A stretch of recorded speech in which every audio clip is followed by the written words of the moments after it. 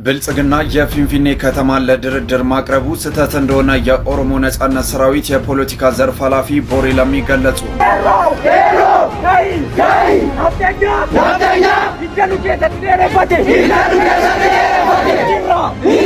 ፊንፊኔን በተመለከተ አላስፈላጊ እርምጃ የሚወሰድ ከሆነ የኦሮሞ ሕዝብ ከዳር እስከ ዳር ጥያቄ ያነሳል ነው ያሉት።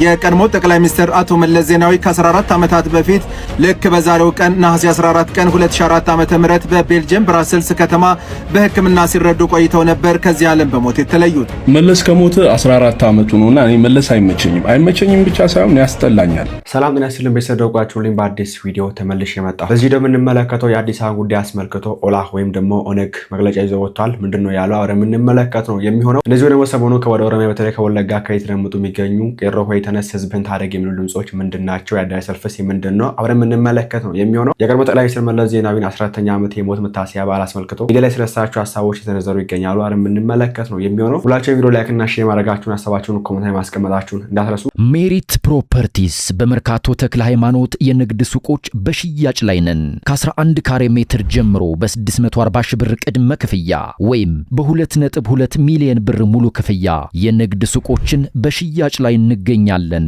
እንዲሁም የመኖሪያ አፓርትመንት ቤቶችን በፒያሳ ራዳ ፓርክ ፊት ለፊት ባለ 1 መኝታ 49 ካሬ በ3 ሚሊዮን 900 ሺህ ብር ሙሉ ክፍያ ጀምሮ ባለ 2 እና ባለ 3 መኝታ ቤቶችን በታላቅ ቅናሽ እየሸጥን እንገኛለን። የቀሩት ሱቆችና ቤቶች በጣም ውስን ስለሆኑ ፈጥነው ይደውሉልን። ለበለጠ መረጃ በ0925 77 64 80 ላይ ይደውሉልን። በመጀመሪያ እንግዲህ ወደ ቀድሞ ጠቅላይ ሚኒስትር መለስ ዜናዊ 14ኛ ዓመቱን የሞት በዓል አስመልክቶ ወዳጆቹም ጠላቶቹም ደግሞ አድናቂዎቹም እንደዚህ ደግሞ እሱም አይመቻቸውም ሰዎች እንግዲህ የተለያዩ ሀሳቦች የሰነዘሩ ይገኛሉ። እሱን የሚወዱበትን የሚጠሉበትን ነገሮችም ወይ ደግሞ ያጠፋቸውንም ያለማቸው ነገሮች ያነሱ የሚገኙ ሰዎች አሉ። እሱ ከነታችን በፊት እንደዚሁ ደግሞ የአዲስ አበባን የባለቤትነት ጥያቄ አስመልክቶ ኦላ ወይ ደግሞ ኦነግ ሸኔ ተብሎ የሚታወቀው ታጣቂ ኃይል ደግሞ የኦሮሞ ነፃ አውጪ ሰራዊት ተብሎ የሚታወቀው ታጣቂ ኃይል መግለጫ ወጥቷል ስለ አዲስ አበባ ምን አለ እንመለከታለን። ከዛ በፊት ግን ሰሞኑን እንግዲህ ከወደ ኦሮሚያ እንደዚህ አይነት ድምጾች የሰሙ ይገኛሉ።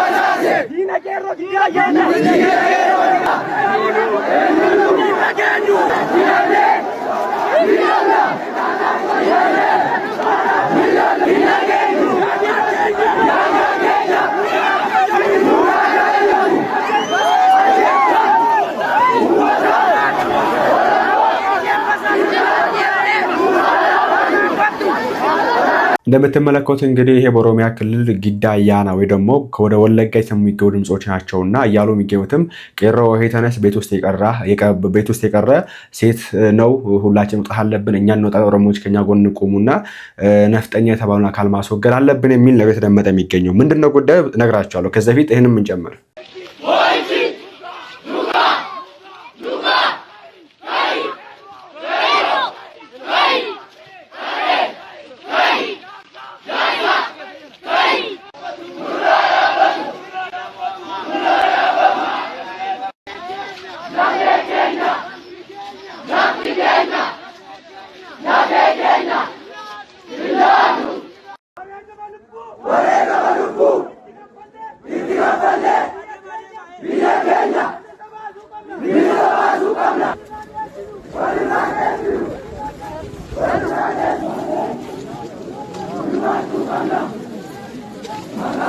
ይሄም እንግዲህ ተመሳሳይ ድምጽ ነው። ቄሮ ሆይ ተነስ ለቅሶ ይበቃናል በዊቺኑ ጋር የሚል ድምጽ እንግዲህ ያስተጋቡ ይገኛሉ። ባጭሩ ወንድማችን ስሙትና ጉዳዩ ምን እንደሆነ ነግራችኋለሁ። የአንገር ጉቴ ነዋሪዎች አሁንም መንግስት የድረሱልን ጥያቄን እያቀረቡ ይገኛሉ። ከሰሞኑ የቀጠለው የታጣቂዎች ጥቃት አለመቆሙንና ንጹሃን ለሞትና ቀያቸውን ለቀው ለመሰደድ መገደዳቸውን በዚህም ለሚመለከተው አካል ድረሱልን መልእክትን እያስተላለፉ ይገኛሉ።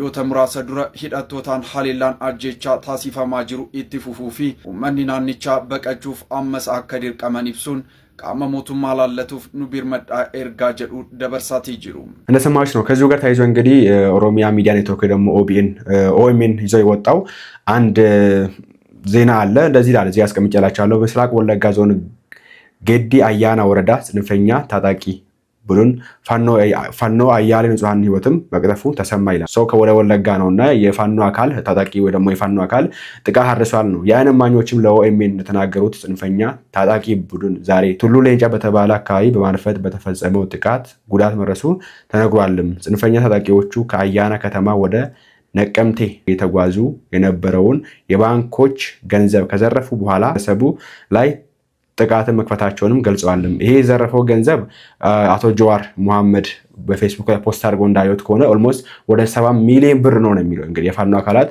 ወደ 7 ሚሊዮን ብር ዘረፉ ነው ብሎ ጀዋር ፖስት ያደረገው። ጥቃቱ አምቡላንስ ጭምርም ኢላማ ማድረጉም ተነግሯል። በህዝብ ማመላለሻ ተሽከርካሪዎች ላይም ጥቃት በመፈጸሙ ጉዳቱ መድረሱም አስረድቷል ይላል። እንግዲህ ይሄ ኦቤን ይዞ የወጣው ዜና ወይ ደግሞ ያስነበበው ዜና ነው። ይሄ አስመልክቶ ሰው ሰሞኑን የሰማ እንደምንገኝ ሆነ ሚዲያ አይታችሁ ከሆነ ከወደ ወለጋ እንግዲህ ፋኖ ድል ተቀዳጀ ምናምን የሚል ነገር ሲደመጥ ነበር። ያው ፋኖ የተባለው አካል ደግሞ ይሄ ታጣቂ ኃይል ፋኖ የተባለው አካል ስለዚህ ጉዳይ ሲናገር እኔ የተዋጋሁት ከአገዛዝ ወይ ደግሞ ከመንግስት አካላት ጋር ነው እንጂ ህዝብን አልነካውም ነው እያለ የሚገኘው። ህዝቡ ደግሞ በዚህ መንገድ እንግዲህ ሰላማዊ ሰልፍ ወጥቶ ወይ ደግሞ ድምፁን በተቃውሞ እያስደመጠ ይገኛል። የዘረፈው ብርም እንግዲህ ወደ ኦልሞስት ወደ 7 ሚሊዮን ብር ይጠጋል አይጠጋም አናውቅም እሱ። ነገር ግን ጀዋር መሐመድ እንግዲህ 7 ሚሊዮን ብር የዘረፈው ከዛ ተጨማሪ ደግሞ በህዝብ ማመላለሻ አውቶቡሶች ላይ እንደዚሁ ደግሞ በአምቡላንስም ጭምር ላይ ጥቃት ተከፍቷል። እሱ ብቻም አይደለም። እዚህ ጋር የምትመለከቷት ሴትዮም እንግዲህ በዚህ የተነሳ ዶክተር ናት፣ አስወላጅ ዶክተር ናት። በዚህ የተነሳ እንግዲህ በዚህ ጥቃት ላይ ሞታለች ነው ኦኤምኤን ይዞ ወጥቶ የተመለከትኩ የሚገኘው ሚዲያ ላይ ያ የምንገኘው ይሄን ነው። አሁንም ቢሆን በአራቱም አቅጣጫ የሚደረገው አንዱን እየወጋ የሚደረገው የንጹሃን ጥቃት ቢቆም መልካም ነው ብዬ አስባለሁ። ንጹሃን እንግዲህ በሰላም ኑሮ እንዳልቸው የተመለከትን የምንገኘው አሁንም እግዚአብሔር አምላካችን ሰላሙን ያውርድ ለማለት ፈልጋለሁ። በዚህ ጉዳይ ላይ አዲስ ነገር ካለ ይላችሁ የምቀርብ ነው የሚሆነው። ከዚህ ደግሞ ወጣ ስንል ኦላ ወይ ደግሞ ኦነግ ስለ አዲስ አበባ እንዲህ ብሏል። ሜሪት ፕሮፐርቲስ በመርካቶ ተክለ ሃይማኖት የንግድ ሱቆች በሽያጭ ላይ ነን። ከ11 ካሬ ሜትር ጀምሮ በ640 ሺህ ብር ቅድመ ክፍያ ወይም በ2.2 ሚሊዮን ብር ሙሉ ክፍያ የንግድ ሱቆችን በሽያጭ ላይ እንገኛለን። እንዲሁም የመኖሪያ አፓርትመንት ቤቶችን በፒያሳ ራዳ ፓርክ ፊት ለፊት ባለ 1 መኝታ 49 ካሬ በ3 ሚሊዮን 900 ሺህ ብር ሙሉ ክፍያ ጀምሮ ባለ 2 እና ባለ 3 መኝታ ቤቶችን በታላቅ ቅናሽ እየሸጥን እንገኛለን።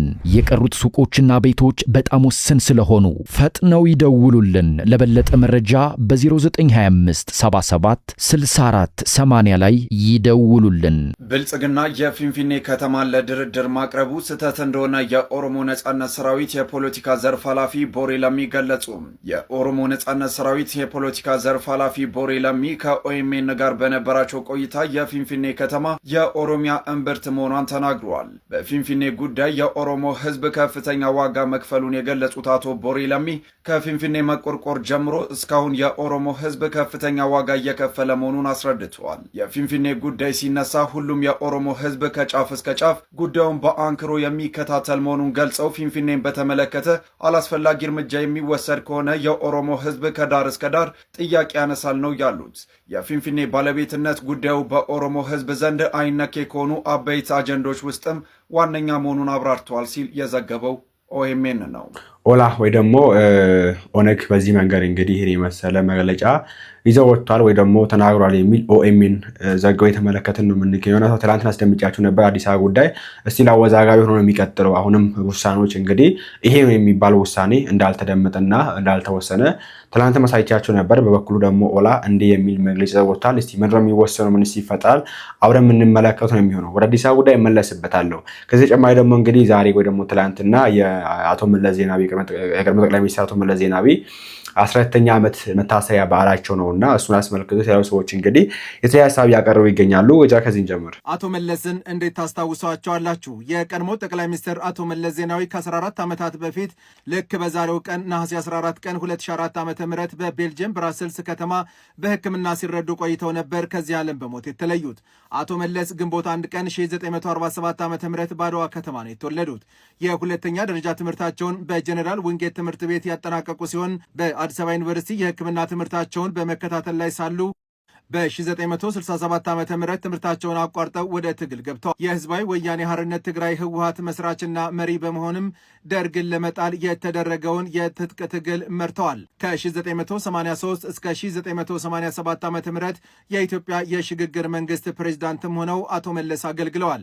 ከ1987 እስከ 2004 ዓ.ም የኢትዮጵያ ፌዴራላዊ ዲሞክራሲያዊ ሪፐብሊክ ጠቅላይ ሚኒስትር በመሆን እስከ ህይወታቸው ፍጻሜ ድረስ ሀገራቸውን አገልግለዋል። ዛሬ በቤተሰቦቻቸውና ወዳጆቻቸው እንደዚሁም በህወሓት ዘንድ 14ኛ የሞት ዓመታቸው እየታሰበ ይገኛል። ቅድም እንዳልኳቸው እንግዲህ 14ኛ ዓመት የሞት መታሰቢያቸው በዓል ነው የተከበረ የሚገኝ ወደ ትላንትና ነበር ተከብሮ የዋለውና ያው ባይከበርም እንግዲህ ብቻ ትላንትና ነበር ብዙዎች ሲያስታውሱ የነበሩትና ይሄ ነው መስሎ እንግዲህ ብዙዎች የምናውቀው ታሪኩ ደግሞ ፖዚቲቭ ታሪኩ ይሄን ይመስላል። የሚጠሉት ሰዎች ወይ ደግሞ እሱ የማይመቻቸው ሰዎች ይሄን ብለዋል። መለስ ከሞተ 14 ዓመቱ ነውና እኔ መለስ አይመቸኝም ብቻ ሳይሆን ያስጠላኛል። እና የ14ኛ የሞት ዓመቱ ምክንያት በማድረግ ለምን እንደሚያስጠላኝ በትንሹ ልንገራችሁ። የመጀመሪያው ኤርትራ የሚባለውን የባህር በር ጭምር ያለው በጣም ትልቅ የሀገሪቱን ክፍል ካለ ምንም የህዝብ ስምምነት አሳልፎ ሻዕቢያ ለሚባል ቡድን በመስጠቱ ነው። ተውት፣ የባህር በር በማጣታችን ስለምናጣው የኢኮኖሚ ተጠቃሚነት ኤርትራውያን ሳይፈልጉ በአንድ ጨቋኝ ስርዓት ስር እንዲወድቁ በማድረጉ ተውት። ሻዕቢያ የሚባለው የተረገመ የእርግሞች ስብስብ ኤርትራ ሰርቫይቭ እንዲያደርግ በማድረጉ ብቻ ኢትዮጵያ እስካሁን ድረስ እየቆሰለች እየደማች እንድትኖር ምክንያት ስለሆነ መለስ በጣም ያስጠላኛል። ሁለተኛ ይሄ የብሔር ፖለቲካ የሆነ ኢማጂነሪ ላይን ስለው ከዚህ ወዲያ ትግራይ ነው፣ ከዚህ ወዲያ አፋር ነው፣ ከዚህ ወዲያ አማራ ነው እያሉ ናሽናሊስቲክ የሆነውን አመለካከታችን እንድናጣውና ኢትዮጵያዊ ነኝ ከማለት ይልቅ ትግራይ ነኝ፣ አፋር ነኝ፣ አማራ ነኝ ምናምን እያል አሁን ላለፈውም ለነበረው የእርስ በርስ እልቂት እንድንዳረግ ምክንያት ስለሆነ መለስ እጅግ በጣም ያስጠላኛል። በሶስተኛው በጣም መለስ የሚያስጠላኝ ነገር ለትግራይ ይመድባቸው የነበሩ አመራሮች፣ ፕሬዝዳንቶች በጣም ትልቅ የአቅም ውስንነት ያለባቸው ልወደድ ባይ ኢማጂን ባለፈው ከደብረጽዮን በፊት የነበሩት የትግራይ አስተዳደሮች በጀት ለፌዴራል መንግስት ይመልሱ ነበር። የክልል በጀት እንዲወደዱ እንዲሞገሱ፣ ህዝቡ በሴፍቲኔት እየኖረ በረሃብ እያለቀ ምንም አይነት መሰረተ ልማት ከሌሎች ክልሎች ሁሉ ያነሰ መሰረተ ልማት ኑሮት በጀት ይመልሱ ነበርና ትግራይ ህዝብ ለመከራ ለተራዘመ ስቃይ ምናምን እንዲዳረግ ምክንያት ስለሆነ እጅግ በጣም ያስጠላኛል። እና ምን ልላችሁ ፈልጌ ነው የ14 ዓመት መለስ ሞተ ተብሎ አሸንዳ አልተከበረም። በሐዘን ማቅ ተለብሶ በጥቁር ምናምን ነበር የተከበረው። እና እንዲህ ያደረገን ሰውዬ ሞተ ተብሎ አሸንዳ እንደዛ ከተከበረ አሁን ትግራይ ሙሉ ለሙሉ እያንዳንዱ ቤት ያንኳኳ ሐዘን እያለ ሴቶች እህቶቻችን በአሸንዳ ሰሞን በግፍ ተገድለው ፍትህ አጥተው ገዳዮቻቸው በነፃ ተብለው በነፃ ተለቀው እንደፈለጉ የትም ዓለም ላይ የተንደላቀቁ እየኖሩበት ባለው ሰዓት አሸንዳ ሃይማኖታዊ በዓላችን ነው እንዲህ ነው እንዲያናከብርም አሸንዳ የምትሉት ምን ሆናችሁ ነው? በጤኛ አእምሯችሁ ነው ወይ? ዘንድሮ አሸንዳ በጥቁር ዝም ተብሎ በአርምሞ ነው የሚከበረው። ለሰማዎች ነው እና በዚህ መንገድ እንግዲህ ትችት የሚያቀርቡም አሉ። ኦኬ ይሄን ነገር ደግሞ የሚተቹም አሉ፣ ወይ ደግሞ ፖዚቲቭ ነገሩን ብቻ የሚያነሱም አሉ። መለስ ከሞተ 14 ዓመቱ ነውና እኔ መለስ አይመቸኝም ብቻ ሳይሆን ያስጠላኛል። እና የ14ኛ የሞት ዓመቱ ምክንያት በማድረግ ለምን እንደሚያስጠላኝ በትንሹ ልንገራችሁ። ሞጂ የመለስን 14ኛ የሞት ዓመት ምክንያት በማድረግ መለስን የሚጠላባቸው ምክንያቶች ዘርዝሯል። እሱ የዘረዘራቸውን ነገሮች በሙሉ እቀበላለሁ። እነሱን መድገም አያስፈልግም። ግን ደግሞ መለስ ኢቪል ብቻ የነበረ ሰው አልነበረም። በተለይ አሁን ላይ መለስን ስታስታውሱ ጥፋቶቹ ብቻ ናቸው ወደ አይምሯቸው የሚመጡት። ያኔ እንደዛ አይደለም። አዎ መለስ ተቃውሞ አፋኝ አምባገነን ነው። ግን ደግሞ ኢትዮጵያ በምትባል ሰፊ ሀገር ውስጥ ማንም ሰው የደህንነቱ ጉዳይ አያስጨንቀውም ነበር። በመለስ ዘመን ከሀገር መንቀሳቀስ ፎር ግራንትድ የተሰጠ እስኪመስለን ድረስ ለነገሩ ቦታ የምንሰጠው ነገር አልነበረም። ምስጋና ላለፉት 10 ዓመታት ይሁንና ጸጥታና ሰላም ሁሉም መሪዎች ለዜጎቻቸው መስጠት የሚችሉት ነገር እንዳልሆኑ አስረድቶናል። አዎ መለስ አምባገነን መንግስት ነበረው። ከህልፈቱ በኋላ ግን አምባገነን እንጂ መንግስትነት ለሁሉም መሪዎች የሚቻል እንዳልሆነ አስተውለናል። አዎ የትምህርት ጥራትን በከፍተኛ ደረጃ ኮምፕሮማይዝም ፖለቲካልም አድርጓል። ግን መማር ለየትኛውም የገበሬ ልጅ በእግር መንገድ ርቀት የሚቻል ነገር ያደረገ እንጂ በጦርነት የትምህርት ቤቶችን ያወደመ ተማሪዎችን ከትምህርት ገበታቸው ያፈላቀለ መሪ አልነበረም መለስ ዜናዊ። የአሁኑ ኢትዮጵያን ትልቁን በጀት የሚወስደው መከላከያ ነው። የመለስ ኢትዮጵያ ግን ትልቁ በጀት ትምህርት ሚኒስቴር ነበር። የዚህንም ምክንያት ሲጠየቅ ሶፎሌ በጀርባው ተደግፎ ሳያልበው ለቢቢሲው ጋዜጠኛ ጆናታን ዲምቢልቢ የሚያስረዳ መሪ ነበር። ይሄ ለሁሉም መሪዎች የተሰጠ ነገር እንደሆነ ነበር የምናስበው። ግን ያ ልክ እንዳልሆነ መለስ ወደማይቀርበት ከሄደ በኋላም ቢሆን አሳይቶናል። አመንም አላመንም መለስ የሀገር መሪ ብቻ ሳይሆን በአክሊሉ ሀብተወልድ በምናሴ ኃይሌና በከተማ ይፍሩ ደረጃ የሚቀመጥ ጉምቱ ዲፕሎማት ነበር በህይወት በነበረባቸውና ኢትዮጵያን በመራባቸው ዓመታት። ሌላው ይቀር አፍሪካን ወክሎ ኮፐንሃገን ላይ ባደጉት ሀገራት የካርበን ልቀት አፍሪካን ለሚደርስባት የአየር ንብረት ለውጥ ለብቻው ተሞክቶ አፍሪካ $100 ቢሊዮን በዓመት እንድታገኝ ያስቻለ በንባብ የተሟሻ አንደበት ያለው ሰው ነበር። ቶጎ ሉሚሌስ አዲስ አበባ የአፍሪካ መዲናነቷን እንድትነጠቅ ሀሳብ ሲቀርብ የተቀመጠበት ወንበር እስኪንቀጠቀጥ በአጽንኦት በማስረዳት ክርክሩን የቋጭበት መንገድ ለሁሉም መሪዎች የሚቻል ነገር ነው። ወርልድ ኢኮኖሚክ ፎረም ላይ ኢትዮጵያ ለምን ሙሉ በሙሉ ለውጭ ኩባንያዎች ክፍት እንደማትሆን ሲያስረዳ ነጮቹ በንግግሩ በየመሃሉ በጭብጨባ አላስቆሙትም። ይሄ ለሁሉም መሪዎች የሚቻል ነገር ነው። ስለ ኢኮኖሚ ካነሳንስ በሱ ዘመን የተገነቡት መንገዶች፣ መሰረተ ልማቶች እንዲሁ የሚታለፉ ናቸው። አዎ ኢህአዴግ ቁጥሮችን እያጋነነ ኢኮኖሚያችን ደብል ዲጂት አደገ ይላል። ነገር ግን ያኔ ክርክሩ እድገቱ ደብል ዲጂት ነው አይደለም የሚል እንጂ እድገቱ መኖሩ ላይ ክርክር አልነበረም። ለዚህ ደግሞ የዜጎች ህይወት ምስክር ነው። ገበሬዎች ትርፋማ ሆነው በከተማ ቤት መገንባት ጀምሮ ነበር በኢህአዴግ ዘመን። መንግስት ሰራተኛ፣ ሐኪም፣ ባንከሮች በደሞዛቸው ቤት መገንባት ይችሉ ነበር በኢህአዴግ ዘመን እና ይሄን ማድረግ ለሁሉም መሪዎች የሚቻል ነው። በእናቶች ሞት ቅነሳ በጤና ኤክስቴንሽን ፕሮግራሞች የመጣውን ለውጥ ለመግለጽ የዓለም አቀፍ ተቋማት ሪፖርትን ትተን የዜጎች ላይፍ ስታንዳርድን ማየት ብቻ ይበቃል። የህዳሴው ግድብ ሲመረቅ መለስ ላይ የሌጋሲ ስርቆት ለማድረግ ተሞክሯል። ግን ሌጋሲ በሰዎች አይምሮ የሚቀመጥ ነገር ነው። ማንም ቢል ከዜጎች አይምሮ ላይ ታላቁ ህዳሴ ግድብን ከመለስ መነጠል አይቻልም። መለስ የፈጸማቸው እኩይ ነገሮች የሞጂ ቪዲዮ ላይ ስላለ መድገም አያስፈልገኝም። ሞጂ ግን መለስ በኢትዮጵያ ላይ የፈጸመውን ትልቁን በደል አላነሳም። ኢትዮጵያን የባህር በር ከማሳጣቱም ሆነ የአሁኑ ገዢዎች የማያስነኩትና የማይነኩት የቋንቋ ፌዴራሊዝም ከመትከሉም በላይ መለስ በኢትዮጵያ ላይ የፈጸመው ትልቁ በደል ሌላ ነው። ይህም በእሱ አመራር ዘመን በዙሪያው የሰበሰባቸው ሰዎች ናቸው። የሚወግቱትን እያባረረ ልክ እንደ ስፓይናል ኮርድ መሸከምና ማስተላለፍን እንጂ ማሰብን ፈጽሞ በማይችሉ ሰዎች ራሱን ከቦ በዚህ ላይ ደግሞ በሀገሪቱ እንዲተከል ካስቻለው የዘር ፖለቲካ ጋር ተጃምሎ ድህረሱ ሀገሪቷን አሁን ላይ እንድትሆን በማድረጉ ነው። እንዴት ሀሳብ የሚያነሱም አሉ እና እናንተስ የቀድሞ ጠቅላይ ሚኒስትር መለስ ዜናዊ ስታስቡት ምንድን ነው በውስጣችሁ የሚመጣው ጥሩ የምትሉት ነገር ደግሞ አለማ የምትሉት ነገር እንደዚሁም ደግሞ አጠፋ የምትሉት ነገርም ካለን በኮሜንት ላይ ብታሰፍሩልኝ በጣም ደስ ይለኛል። ወደ አዲስ አበባ ጉዳይ እንመለስና ለማየት እንሞክር። የመጀመሪያው በአንድ ሀገር ውስጥ ባለቤትና ባይተዋር መኖር ስለሌለበት ነው። አንድ ሀገር ውስጥ ዜጎች እስካሉ ድረስ የአንድ ሀገር ዜጋ የአንድ ሀገር ሕዝብ እስከሆንን ድረስ ኢኮሊ በቦታው ላይ እስከተገኘን ድረስ ኢትዮጵያዊነታችን እስካልተካደ ድረስ በአንድ ሀገር ውስጥ አንዱ ልዩ ባለቤት የሚሆንበት ልዩ ተጠቃሚ የሚሆንበት ሌላኛው ደግሞ ሀገር አልባ ሆኖ ባይተዋር ሆኖ የሚኖርበት ስርዓት መኖር ስለሌለበት፣ ምክንያቱም የዜግነት መብት ለዜጎች ሁሉ እኩል መሰጠት ስላለበት። መከራከሪያ ቁጥር 2 ክልልን እናሻሽል፣ ህገ መንግስትን እናሻሽል፣ ብሔራዊ ምክክርን ወይም ውይይትን እናድርግ ያልንበት ምክንያት እኮ ያሉትን ችግሮች ለመፍታት ነው። ካሉት ችግሮች ውስጥ አንዱ ዜጎች ውክልና አላገኙም፣ የሀገር ባለቤትነት እየተሰማቸው አይደለም፣ የሚሳደዱ አሉ፣ የሚሞቱ አሉ፣ ከክልል ውጣልኝ የሚል ሌላው መጤ እያለ ሰፋሪ እያለ የሚገድልና የሚያፈናቅል ኢትኒክ ክሊንሲንግ ሪቹዋል ስለሆነ ምክክር በምናደርግበት ጊዜ ራሱ በዛ ምክንያት የሚሞቱ ዜጎች ስላሉ ነሰር ላይ አንድ ክልል ብቻ ሳይሆን ሌላ ክልል ላይም ያጸፋ መልስ ስላለ የሚፈናቀል ስላለ ይሄ ትክክል አይደለም። አንድነታችንን የሚያጠናክር ስርዓት መገንባት አለብን ነው አላማው። የምክክር ኮሚሽን ማቋቋሚያ አዋጅም እንደዛ ነው የሚለው። መክፈቻ ላይም ሲከፍቱም እንደዛ ብለው ነው። ስለዚህ ያለው ስርዓት ችግር ካለበት ዘን የሆነ የተሻለ የሚሆነው ያለውን ችግር በሌላ ትልቅ ችግር መፍታት መፍትሄ ስለማይሆን ኦልሬዲ አዲስ አበባ ላይ መጠነኛ ችግሮች ነው ያሉት። ይሄንን ወስደ ወደ ሌላ ክልል ወደ ኦሮሚያ ስታጠቃልል ያለውን ችግር ሳትፈታ ሌላ ስህተት ፈጽመ እንደገና ሌላ ተራራቢ ችግር ነው የምትፈጥረው። የነበረውን ሎጂክ ፈርዘር ነው ኢናንስ የምታደርገው። የኔ ክልል ነው የክልል የከሌ ነው ያንተ አይደለም የሚለውን ነገር የበለጠ ነው የምታጠናክረው እንጂ ልታለዝብ አትችልም። ችግሩን ልትፈታ አትችልም። ሁለተኛው መከራከሪያ ያለውን ችግር ሌላ ትልቅ ስህተት በመጸብ ወይም ችግር በመደረብ ልንፈታው ስለማንችል። ሶስተኛው ኦሮሚያ ሌላውን ማህበረሰብ በእኩልነት የማስተዳደር ትራክ ሪከርድ የለውም። ይሄ ኢምፔሪካል ነው። ኦሮሚያ ስል ክልሉ ከተቋቋመበት 30 ዓመታት ጊዜ ጀምሮ ያየነው ፕራክቲካሊ ያየነው ዜጎችን ሁሉ በእኩልነት የማየት ትራክ ሪከርድ የለውም። ስለዚህ ካንዲዴት ሊሆን አይችልም ሌላ ክልል ወይም ሌላ ቴሪቶሪ እንዲያስተዳድር ሊሰጠው። ትራክ ሪከርድ ታይቶ ነው ወይ ቢቻል ህዝቡ በፍላጎቱ በሬፈረንደም በቃ በዛ ክልል መተዳደር አለብኝ ማለት ነበረበት። ቢሆን ለምን ልማት ሲኖር የመልካም አስተዳደር ሲኖር የተሻለ ኢኮኖሚ ሲኖር በራሱ ፍላጎት ህዝቡ በራሱ ጊዜ ቢያንስ ባይጠቃለልም ራሱ ይሄዳል። ለምን የተሻለ ኑሮና የተሻለ ኑሮ ፍለጋ ይሄዳል።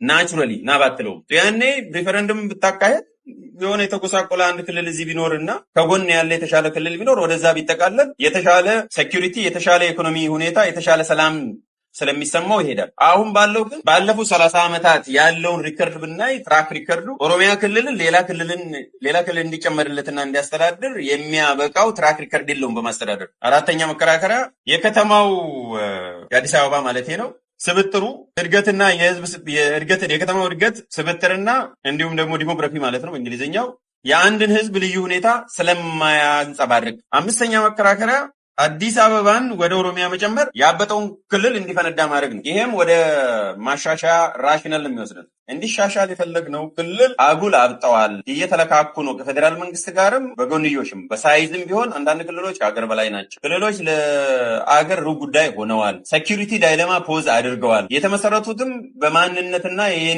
በየኔነት ላይ የተመሰረተ ነው። አሁን አዲስ አበባን ስትጨምርበት ኦሮሚያ የኦሮሞ ናት የሚለው ላይ ነው የምትጨምረው፣ ሌላ አይደለም የምታደርገው። አዲስ አበባ ነው ወደ ኦሮሚያ የሚሄድ። ያኔ ሲሄድ መሰረቱ እንዳለ ተቀምጠው ያንን ቅድም የተነጋገርነውን ሎጂክ ወስደ ክልሉን በበጀት ታሳብጣለህ። ምክንያቱም የአዲስ አበባ በጀት ያኔ ኦሮሚያ ይሆናል ሙሉ በሙሉ።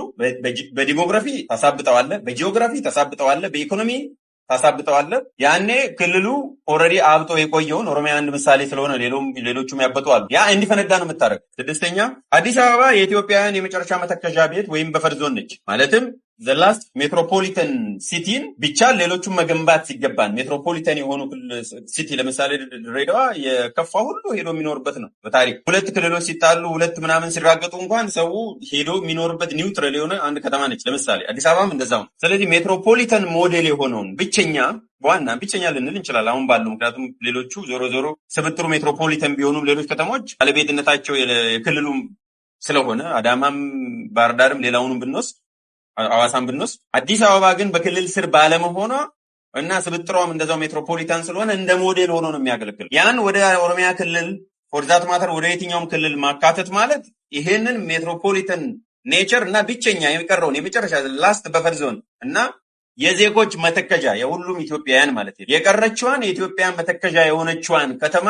ሜትሮፖሊታን ከተማ መተከጃ የምትለዋን ያዟል። ምክንያቱም ከነ ችግሩም የኔ ብሎ ሄዶ የሚኖርበት ከተማ እቺን የመጨረሻን በፈር ዞን ማጥፋት ነው የሚሆነው። ሰባተኛ የፌዴራል መንግስት መቀመጫ እንደምታውቁት የአፍሪካ ህብረትን መዲና እና የኢኮኖሚ ደም ስር የሆነችውን ከተማ ክልል የማስተዳደር አቅም የለውም። ይሄ ቢሮክራሲ ጉዳይ ነው። ኦሮሚያ ባለው ቢሮክራሲ ባለው ልምምድ የአፍሪካ መቀመጫ የሆነች የአፍሪካ መዲና የሆነችውን የኢትዮጵያውያን ከተማ የሆነችውን እንዲሁም ደግሞ የኢኮኖሚ ሀብ የሆነችውን አሁን ባለው ሁኔታ ወስዶ የማስተዳደር አቅም ስለሌለው ስምንተኛው ትልቁና አደገኛም የሆነው በጣም መሰረታዊ የሆነው አዲስ የንትርክ ግንባር ይፈጠራል። አዲስ እስካሁን ድረስ ከሞላ ጎደል በመጠኑም ሰላም ሆኖ የቆየውን አዲስ ኒው ፎረንቲር ኦፍ ክራይሲስ ልትሉ ትችላላችሁ በእንግሊዝኛ። ኒው ፎረንቲር ያልነበረን አዲስ ፎረንቲር የንትርክ ግንባር ማለት ይፈጠራል። ይሄ የንትርክ ግንባር ደግሞ ዝም ብሎ በንትርክ ብቻ የሚያበቃ አይደለም። ሶሻል ክራይሲስ ያመጣል፣ አፕሄቫል ያመጣል፣ ትልቅ የሴኪሪቲ ችግርን ያመጣል። እንዲሁ ኮንተስትድ የሆነ ሌላ ደግሞ ያሉትንም ቦምብ ፈንጆችንም ነቃቅለን አምክነን ሳንጨርስ አዲስ ፎረንቲር ወይም አዲስ የንትርክ ግንባር እንዲፈጠር ያደርጋል። የመጨረሻው መከራከሪያ ይሄ ሁሉ ሆኖ ይሁን ተብሎም ቢወሰን የከተማው ማህበረሰብ አይፈቅድም። ካሁን የተዘረዘሩት 8 ነጥቦች ራሱ ፉርሽ ናቸው ቢባል ወይም ችግር የለውም ተብሎ ቢታለፍ እንኳን በምክክር ተሰብስበ ውሳኔ ስትወስን የከተማው ነዋሪ ከተማ ውስጥ ያለው የሚኖር በብዙ ሚሊዮን የሚቆጠረው ማህበረሰብ ይሄ ሲሆን የሚፈቅድ ማህበረሰብ የለም። ቤዚካሊ አንገቱን አንቆ ሲጥ አድርጎ ይሄውል ብሎ ዝም የሚል ወይም አሳልፎ የሚሰጥ የለም። አሳልፈ ስትሰጥ ቤዚካሊ ጥቅም ነው አሳልፈ የምትሰጠው። አሳልፈ ስትሰጥ ከጥቅምም አልፎ መከራን ነው የምትፈጥረው። ስለዚህ የህዝብ ፍላጎት ቅድም እንዳልኳችሁ ቻል ኢቭን ከምክክሩ በኋላ በሪፈረንደም መወሰን አለበት። የአዲስ አበባና የድሬዳዋ ጉዳይ ምክክር አዳራሽ አይደለም ማለቅ ያለበት፣ ህዝቡ በቀጥታ መወሰን አለበት። ህዝብ ሲባል ራሱ የከተማ ውስጥ የመጨረሻው መከራከሪያ የሚሆነው ኦልቲሜትሊ ይሄ ውሳኔ ሬክለስ በሆነው ቢወሰን እንኳን የከተማው ማህበረሰብ ይሄንን ጉዳይ ቁጭ ብሎ ሊያይ አይችልም ወይም አይፈቅድም። በእነኚህ መከራከሪያዎች ኦሮሚያ አዲስ አበባ የኦሮሚያ ክፍል ሆና መጠቃለል የለባትም። እኔ ምክክሩ ላይ ብገኝ ቢያንስ እነኚህን አነሳል። ሌላ ኢንዌስት ቪዲዮአችን የሳለ እንግዲህ በአዲስ አበባ ጉዳዩን በወለጋ ጉዳይ እነዚህ ነው በአዳዲስ ነገሮች ተፈጠሩ ይጀላችሁ የሚቀርብ ነው የሚሆነው። ላይክና ሼር ማድረጋችሁን ሀሳባችሁን ኮሜንት ማስቀመጣችሁን እንዳትረሱ። በቀጣዩ እንመለሳለን። እግዚአብሔር መካችን ሀገራችን ኢትዮጵያን ሰላም ያርግልን። ቸር ቆዩልኝ።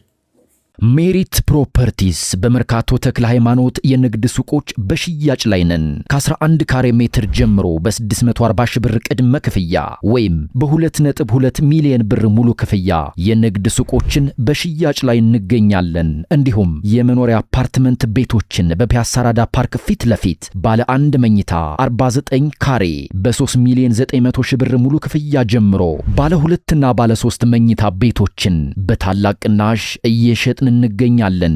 የቀሩት ሱቆችና ቤቶች በጣም ውስን ስለሆኑ ፈጥነው ይደውሉልን። ለበለጠ መረጃ በ0925 77 64 80 ላይ ይደውሉልን።